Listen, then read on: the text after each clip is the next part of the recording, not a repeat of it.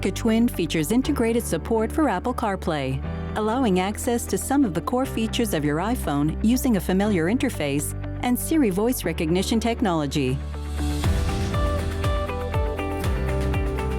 In order to use Apple CarPlay, you will need an iPhone 5 or newer with iOS 10 or higher.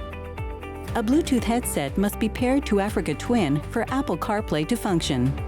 Without a headset paired and turned on, Apple CarPlay cannot be initiated. See the Bluetooth pairing video for further details on the pairing process. You will also need a genuine Apple USB cable to connect your iPhone to the vehicle. Note that using a third-party USB cable is not recommended and may result in error messages when trying to use Apple CarPlay.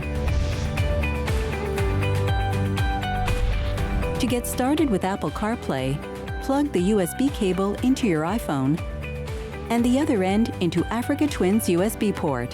The USB port is located on the right-hand side of the front fairing.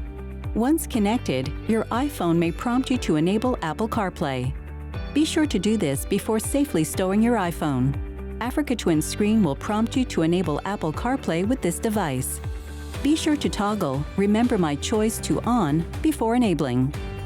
Once enabled, the Apple CarPlay interface will appear on Africa Twin's display screen.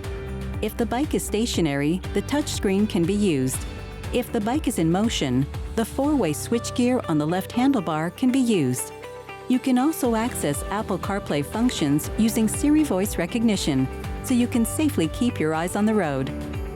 To access Siri, simply press and hold the talk button on the left handlebar until you hear the prompt. Then speak your command into your paired Bluetooth headset. Siri is capable of understanding conversational commands and questions. For example, you can say, "Take me to the nearest gas station," and the system responds accordingly.